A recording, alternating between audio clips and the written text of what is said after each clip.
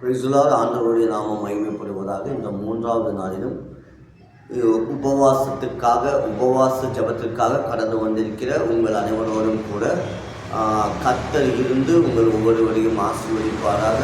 இன்றைக்கும் தேவன்களோடு கூட பேசப் போகின்றார். கர்த்தர் உங்கள் ஒவ்வொருவரையும் ஆசீர்வதிப்பாராக. இந்த நாளிலும் நாம் நீதிமொழிகள் புஸ்தகத்திலே 1வது அதிகாரத்தில் இருக்கிற 16வது வசனத்திலிருந்து கீழே இருக்கிற வசனங்களை நாம் தியானிக்கப் போகின்றோம். நேற்றைய தினத்திலே நாம் நீதிமொழிகள் 1வது அதிகாரத்திலிருந்து 15 வசனங்களை நாம் தியானித்தோம். இந்த நாளிலும் நாம் 16வது வசனத்திலிருந்து கீழுள்ள வசனங்களை நாம் தியானிப்போம். 16வது வசனத்திலிருந்து 19வது வசனம் வரைக்கும் அவர் பொருளாசைக்காரர்களை குறித்து அவர் பேசுகிறார். பொருளாசைக்காரர்களோடு நாம் சேரக்கூடாது என்று சொல்லியும், பொருளாசைக்காரர்கள் எப்படியாவது நம்மை அவர்களுடைய வலையில் சிக்க வைப்பார்கள் என்று சொல்லியும், அவர்கள் எப்படியாவது அவர்கள் விருப்பத்தை அவர்கள் செய்து விடுவார்கள் என்று சொல்லியும், அதற்கு தேவனுடைய பிள்ளைகளாய், வாலிப பிள்ளைகளாய் இந்த நீதிமொழிகளை வாசிக்கிற ஒவ்வொரு பிள்ளைகளும் வழி விலகி வாழ வேண்டும் என்று சொல்லி அவர் ஆலோசனையை கொடுக்கின்றார். எனக்கு அன்பான தேவனுடைய பிள்ளைகளே, கொலோசியர் எழுதின புஸ்தகம் 3வது அதிகாரத்திலே 5வது வசனத்தில் நாம் இப்படியாக வாசிக்கின்றோம், விக்கிரக ஆராதனையான பொருளாசை என்று சொல்லி. அப்போ இந்த பொருள் ஆசை, நாம் எல்லாவற்றையும் சம்பாதிக்க வேண்டும் என்கிற ஒரு ஆசை, இது எல்லாமே எனக்கு வேணும், எல்லாவற்றையும் நான் அனுபவிக்கணும், எல்லாவற்றையும் நான் சம்பாதிக்கணும் என்று நினைக்கிற இந்த பொருளாசை, இது விக்கிரக ஆராதனைக்கு சமமாக இருக்கிறது என்று சொல்லி வேதவசனத்திலே நாம் வாசிக்கின்றோம். தேவன் உங்களுக்கு ஆசீர்வாதத்தை கொடுத்தால் நீங்கள் பெற்றுக்கொள்ளுங்கள், நான் வேண்டாம் என்று சொல்லவில்லை. ஆனால் அதன் பின்பாக ஓடி இன்னைக்கு அநேக தேவனுடைய பிள்ளைகள் கஷ்டப்பட்டு கொண்டு இருக்கிற ஒரு சூழ்நிலையில் வாழ்ந்து கொண்டிருக்கிறார்கள். இஎம்ஐ மூலியமாய் அநேக பொருட்களை வாங்கிவிட்டு கடைசியில் பணம் கட்ட முடியாமல் கஷ்டப்படுகின்ற எத்தனையோ பேர் இருக்கின்றார்கள். எத்தனையோ பேர் இந்த சங்கங்களிலே பணம் எடுத்து விட்டு கட்ட முடியாமல் எத்தனையோ பேர் வாழ்கின்ற வாழ்க்கையை நாம் பார்க்கின்றோம். எனக்கு அன்பான தேவனுடைய பிள்ளைகளே, பொருளாசை இது விக்கிரக ஆராதனைக்கு சமமாக இருக்கிறது. நீங்கள் போய் அந்நிய தேவர்களை பூஜித்தால் என்ன நடக்குமோ அது போலதான் விக்கிரக ஆராதனைக்கு நீங்கள் பொருள் ஆசைக்குள்ளாய் நீங்கள் வாழ்வீர்கள் என்று சொன்னால் அது விக்கிரக ஆராதனைக்கு சமமாக இருக்கிறது என்று சொல்லி நாம் வாசிக்கின்றோம். அந்த கொலோசியர் எழுதின புஸ்தகத்திலேயே இவைகளை உண்டு பண்ணுகிற உன் சரீரத்தின் கிரியைகளை அழித்து போடுங்கள் என்று சொல்லி நாம் வாசிக்கின்றோம். எனக்கு அன்பான தேவனுடைய பிள்ளைகளே, இந்த நாளிலே நமக்கு இந்த பொருளாசையை உண்டு பண்ணுகிற இந்த சரீர ஆசைகளை நாம் அழித்து போட்டு தேவனுடைய சித்தத்தை நாம் செய்ய வேண்டும். அதற்காக நாம் கீழே இருக்கிற வசனங்களிலே வாசித்தோம் என்று சொன்னால், ஞானமானது வெளியே நின்று கூப்பிடுகிறது, வீதிகளே நின்று சத்தமிடுகிறது என்று சொல்லி நாம் வாசிக்க முடியும். எனக்கு அன்பான தேவனுடைய பிள்ளைகளே, நீங்கள் இந்த பொருளாசை இல்லாதவர்களாய் வாழ வேண்டும் என்று சொல்லி ஞானம் என்கிறது, ஞானம் அது வீதிகளிலே நின்று கூப்பிடுகிறது என்று சொல்லி நாம் வாசிக்கின்றோம்.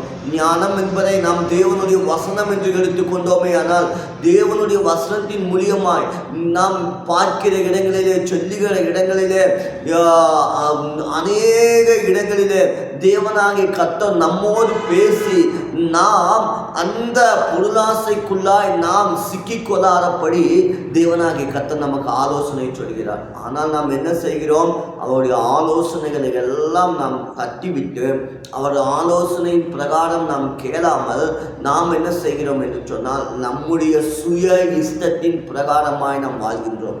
கீழே இருக்கிற வசனத்தில் இப்படியாக வாசிக்கின்றோம்,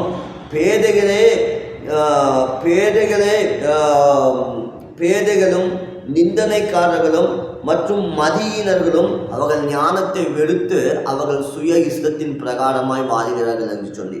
அப்போ யாரொருவர் அவருடைய சுய விருப்பத்தின் பிரகாரமாய் வாழ்ந்து இந்த பொருளாசைக்கு அடிமையாக இருக்கிறார்களோ அவர்களை பார்த்து வேதவசனம் சொல்லுகிறது, நீங்கள் பேதைகள் என்று சொல்லி. நீங்கள் யார் என்று சொல்லி? மதியினர் என்று சொல்லி.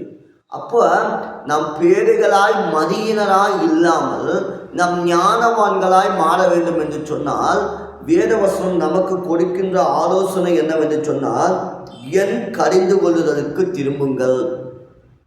இதோ என் ஆவியை உங்களுக்குள் அருளுவேன், என் வார்த்தையை உங்களுக்கு தெரிவிப்பேன்.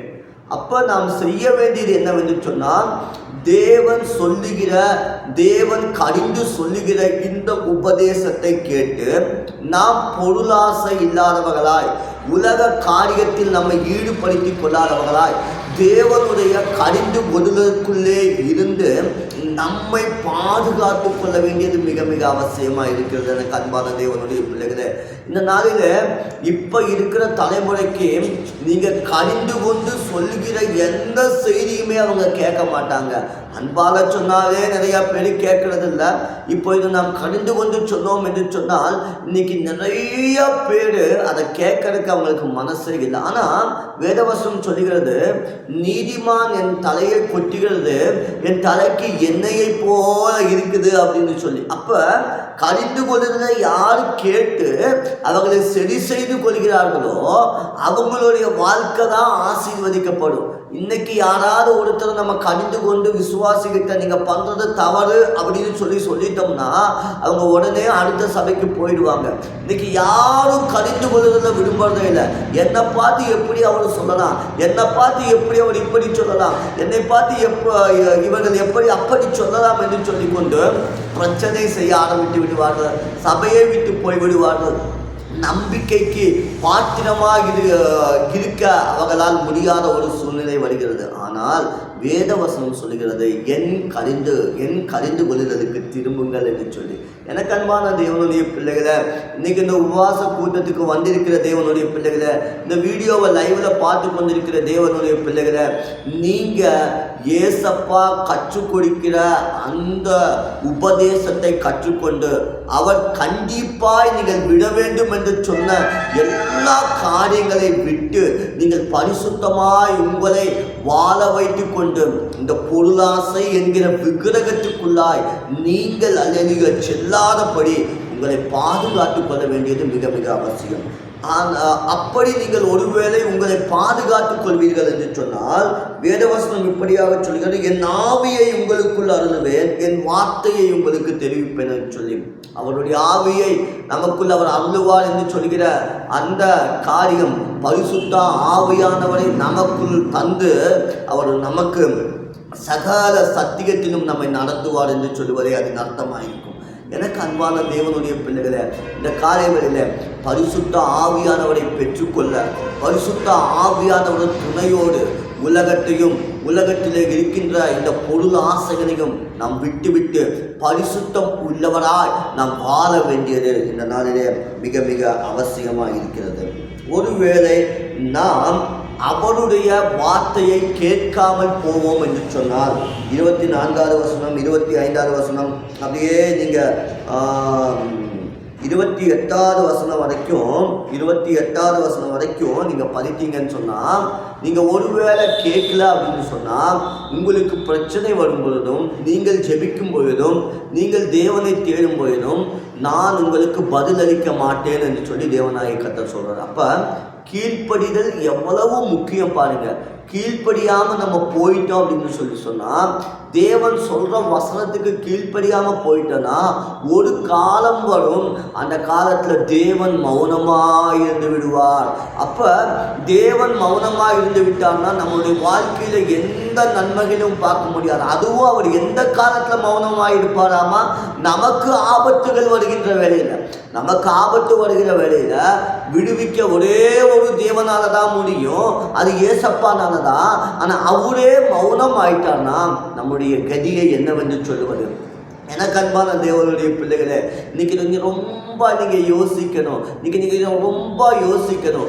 தேவனுக்குள்ளாய் உங்களுடைய பய பக்தி உள்ள ஒரு கிறிஸ்துவ வாழ்க்கை நீங்கள் வாழ உங்களை நீங்கள் ஒப்பு கொடுக்க வேண்டும். ஏனென்று சொன்னால் நாம் இந்த பொருளாசை என்கிற விக்கிரக ஆராதனைக்குள்ளாய் விழுந்து விடாதபடி நம்மை நாம் பாதுகாத்துக் கொள்ள வேண்டும்.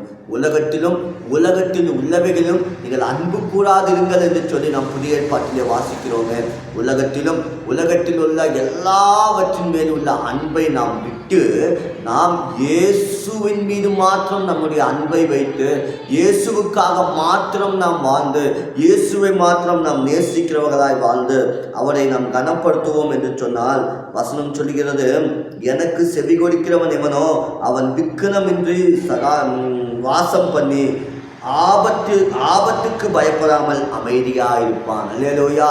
அவன் என்ன செய்வான் என்று சொல்லி வேத வசனம் சொல்கிறது, கேடுக்கு பயப்படாமல் ஆபத்துக்கு பயப்படாமல் ஆபத்து காலத்திலே அவன் அமைதியாக இருப்பான் என்று சொல்லி. ஆபத்து காலத்தில் அமைதியாக இருக்க முடியுங்களா? கஷ்ட வேலையில் அமைதியாக இருக்க முடியுமா? கஷ்ட வேலையில் பொறுமையாக இருக்க முடியுமா? நிதானமாக இருக்க முடியுமா? கஷ்ட வேலை அப்படிங்கிறத நம்மளுடைய புரிந்து கொள்ளுதலுக்கு வேண்டிய ஒரு டென்ஷனான ஒரு சூழ்நிலையில், ஒன்றுமே இல்லாத சூழ்நிலையில், ஐயோ எல்லாம் உனக்கு எதிராக இருக்கிற சூழ்நிலையில் உங்களால் அமைதியாக இருக்க முடியுமா? வேத வசனம் சொல்லுது, யார் ஒருத்தர் தேவனுக்கு பயப்படுகிற அந்த பயத்தை பெற்றுக்கொண்டு உலக வாழ்க்கையை, உலகத்தின் பிரகாரமான வாழ்க்கையை அல்லது விட்டு தேவனுக்கு பிரயோஜனம் உள்ளவர்களாக வாழறாங்களோ அவங்களால அமைதியாக இருக்க முடியுமாமா? இப்போ இந்த நீதிமொழிகள் உங்களுக்கு கற்றுக் கொடுக்கிற பாடம் என்ன? நீங்கள் இந்த பூமியில் நல்ல குணமுள்ள ஒரு விசுவாசிகளாய் வாழ இந்த நீதிமொழிகள் உங்களுக்கு வழிகாட்ட போடும். நம்மளுடைய கேரக்டர்ஸ் தான் மாறணும், நம்ம குணம் தான் மாறணும். நம்முடைய குணம் மாறாமல் நம்ம பண்ணுகிற ஜபங்கள் எந்த பிரயோஜனத்தையும் நம்முடைய வாழ்க்கையிலே தராது. நம்முடைய குணங்கள் மாற இந்த காலை வழியில கர்த்தருடைய சமூகத்தில் நாம் ஒப்பு கொடுப்போம். ஆபத்து காலத்தில் நாம் அப்படியே அமைதலாக இருக்க தேவன் உதவி செய்வாராமா. எந்த பயமுமே இல்லாமல் வாழ ஆண்டவர் உதவி செய்வாராமா.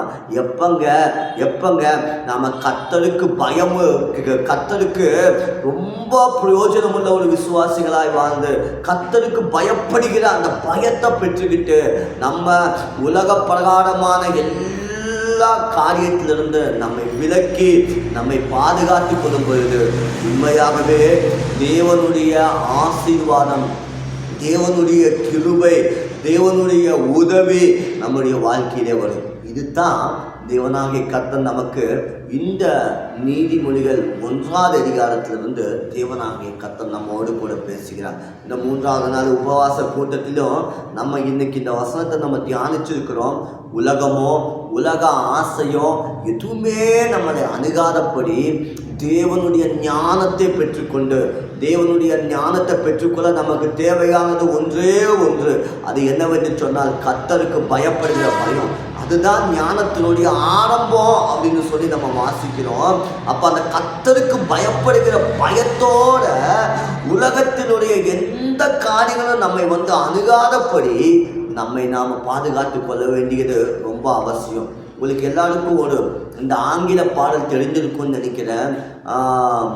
இயேசுவின் பின்னே போக துணிந்தேன், பின்னோக்கே நான். அந்த பாட்டினுடைய ஆங்கிலத்தில் இப்படி இருக்கும், I have decided to follow Jesus. அதில் ஒரு லைன் இப்படி வரும், உலகம் என் பின்னே சிலுவை என் முன்னே. இன்னைக்கு எத்தனை பேருடைய வாழ்க்கையில் உலகம் எத்தனை பேருடைய வாழ்க்கையில் பின்னாடி இருக்குது, சிலுவை முன்னாடி இருக்குது. இன்னைக்கு எத்தனை பேருடைய வாழ்க்கையில் உலகம் முன்னாடி இருக்குது, சிலுவை பின்னாடி இருக்குது. உலகம் முன்னாடி இருக்கிறதா கிறிஸ்தவர்களா நீங்கள் உங்களை மனமாற்றிக்கொள்ள வேண்டியது மிக மிக அவசியம். உலகமும் உலகத்தில் இருக்கிறவர்களும் அன்பு கூடாதிருங்கள். அவங்க அப்படி நீங்கள் அன்பு கொண்டீங்களா உங்களுக்குள்ள பிதாவின் அன்பு இல்லைன்னு ரொம்ப அழகா நம்ம யோவான் என்ற புஸ்தகத்தை நம்ம வாசிக்கிறோம் இல்லைங்களா?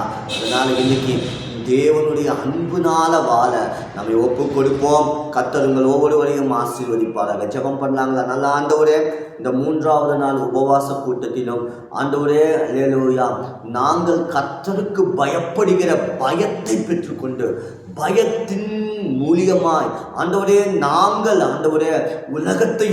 உலகத்தில் உள்ள எதையும் அன்பு கூறாமல் என் தேவனாகிய கர்த்தராகிய உம்மையே நாங்கள் அன்பு கூர்ந்து உமக்காய் வாழ எங்களுக்கு உதவி செய்யும். ஆபத்து காலத்திலே அல்லேலூயா நீர் எங்களோடு இருந்து எங்களை நடத்தும். ஆண்டவரே, நான் என்னுடைய ஆவியை உங்களுக்குள் அனுப்பி ஆண்டவரே என்னுடைய வசனத்தை தெரிவிப்பேன் என்று சொன்னீர.